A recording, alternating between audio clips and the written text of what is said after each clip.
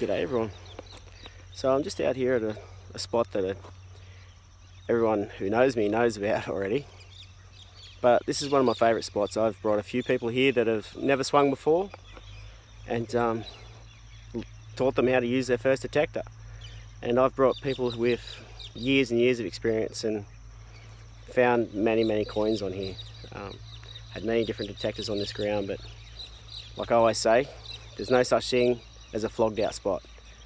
And as this video will show, I've had many people come, many people find a heap of pre-decimal coins, but today and tonight, actually going into the afternoon, I'll take you through just a quick video just to prove that if someone tells you that you're not going to have any luck, mate, everyone's flogged it out, there's no such thing. Get in, have a crack, and this is where it'll bring out the people who really want to learn and really want to listen to the detector, and it'll really bring out those people who are really dedicated. So anyway, come along with me, we'll enjoy this together and let's have a bit of fun. Let's see what we can find. Alright guys, let's get into it. Well, just out for a lovely little detect on this beautiful afternoon. Got the cockatoos crowing in the background. I've got myself a beautiful coin. It's definitely a pre-decimal. I've just knocked it out of the hole. As you can see, just by the size of it, it's a beautiful little half penny. Now, I haven't had a good chance to have a good look at it yet, so let's just check out the age of it together. You see the ring of it there? Can't quite see all that detail on that side, so how about we give it a good look and a nice good spray.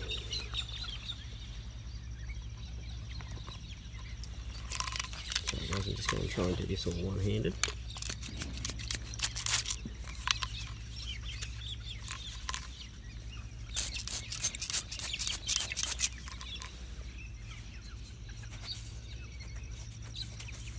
So I can get something off of it, it'd be nice.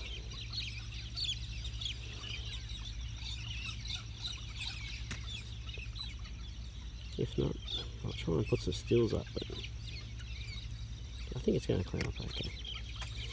So let's have a look at this here.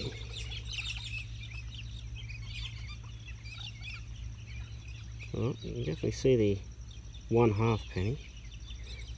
It's bringing in this beautiful bit of wet rain, and it's just helping these targets pop out. Now I've just picked up a beautiful 1917 sixpence, which I didn't record, but I did get this one. Now it's an obvious little threepence.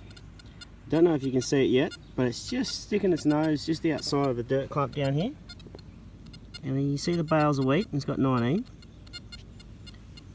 And that's as far as I've gotten. So let's uncover this one together and let's unearth him. All of that just wanted to pop out. Look at that, straight away. Beautiful condition, and I believe that says 44. Let's bring that focus in. Yep, there it is, 1944. 3 pence. Beautiful. It's amazing how a little bit of rain, a little bit of a wet soil can really help bring out these targets in these areas where it's been heavily detected. All those little things that can help you find more. Oh, let's not throw it away. Alright guys, let's keep finding more. What a beautiful afternoon to be out having a swing. So I'm out here now. I normally wouldn't show these sort of coins, but since being a part of this video, just to prove a point, I'm just trying to show that there is targets, no matter how often a location's been swung over, that I found one of the smallest little copper coins you can get in Australia, the 1 cent coin. And like I said before guys, this spot's had many detectors over it and many detectorists over it, so just goes to show, never give up, and always be willing to put the dedication in. Alright, on to the next one. Alright guys, gotten dark, and I'm still motivated and keen enough to get out here and keep detecting. And it's paid off. So I haven't checked this yet. I've literally just dug it up and flicked it out of the hole. And I'm going to assume this is going to be a penny. So let's enjoy this one together and see what I got. Oh, bring them up here to the light. Right, so there's a roo coming up there. Oh, sorry guys, there's a roo coming up there. And it's looking to be a 43. And look at that. Big penny like that. It's been missed before. And just with a little bit more work, voila, paid off. That's brilliant. There you go. Let's see what else we can do. Alright. Here's another shining example. It's almost hidden down. Now this was in a very scratchy signal. There's a bit of other junk in here, a little bit of foil. Now I believe this is going to be either a 10-cent coin or a 2-cent coin. But still, it was screaming out to me. Once I got rid of all that junk that's in the pile of dirt around this hole, which you can see it's roughly around about my hand deep, that coin just went bingo. I'm down here. And that's one of those things you got to look out for. If you're in an area that someone said it's been well hit or it's full of trash, you'll be listening. You'll be ready for those faint signals, or those good signals amongst the junk. Anyway guys, it's pretty good. What do you reckon it is?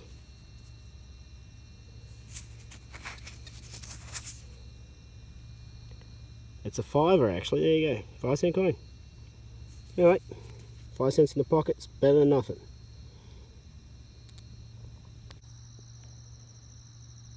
Alright guys, so as you can see on the detector, if you listen to it, you got this grunt. That's how I came into it, but I heard this very faint.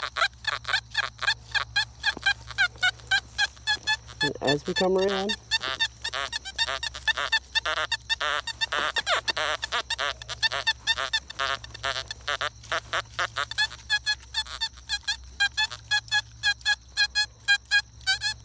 it looks a bit harder on the screen.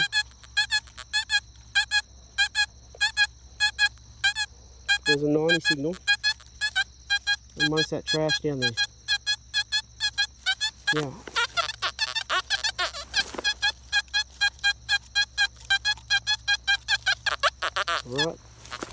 Right there. And here it comes just off the coil. Right guys, that's one of those things I was talking about. You'll be able to listen for the good signals amongst the trash. So let's just see what comes out of this one. Alright guys, so here's a little hidden secret. I don't know if many of you know, but that's where I found the 1-cent coin. Now, if I found a florin or a beautiful little silver coin or a penny or something, what I'd do with this is this is where I dug, double check my hole, no other targets. But what I do is, in close proximity to this, could have been another drop target. So what we do is, what I call circling the target. So literally using where you found that last coin, or that last relic, swing around, you target in a circle,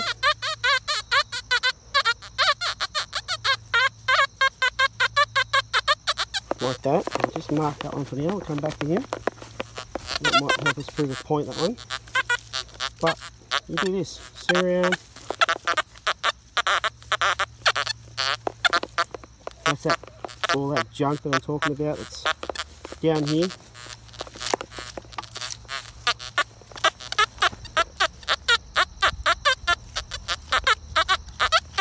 Low bouncy signal. And we're back around to the start again. Now, because of the way we swing, we always miss spots, so it doesn't hurt. Go back around, do it in the other direction. That's those low iron targets again. That's that target we're going to check. It's coming up in the 50s, 60s there.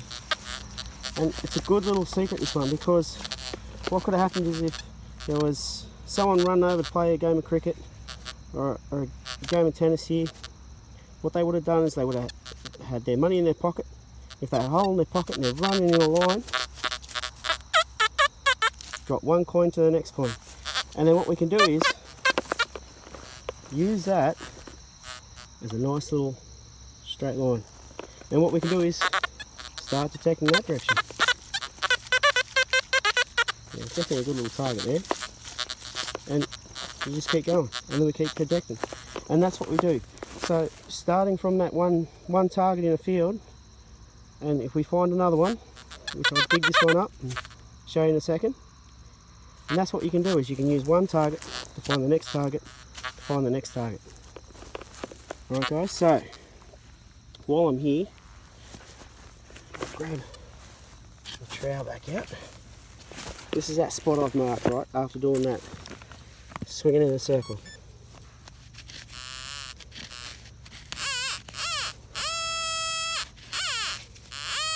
This is a technique I use, it's called the crosshairs. I teach everyone this technique. Right, so you know, right there, bang on right there. So all I have to do now is go along. That's down there. Oh, I believe I can see it. Alright. So we've gone from a 1 cent. What's the next target? 5 cent. Look at that. 6 cents richer. Just by doing that little trick of starting from that target there, doing a circle around it, and seeing if there's any other targets that have been dropped in close proximity. It's a good little secret, that one, and it works well. I found many targets by just circling one target. Because if there's one, there's always going to be more. Alright guys, on to the next one. Alright guys, so as you've already seen in this video, that I'm trying to prove a point here of there's no such thing as a spot that's been over detected and there's no targets left. There's no such thing as a flogged out spot. So like I said, there's different techniques and different things you can do. As I've shown in the video, you can do what I call the circling.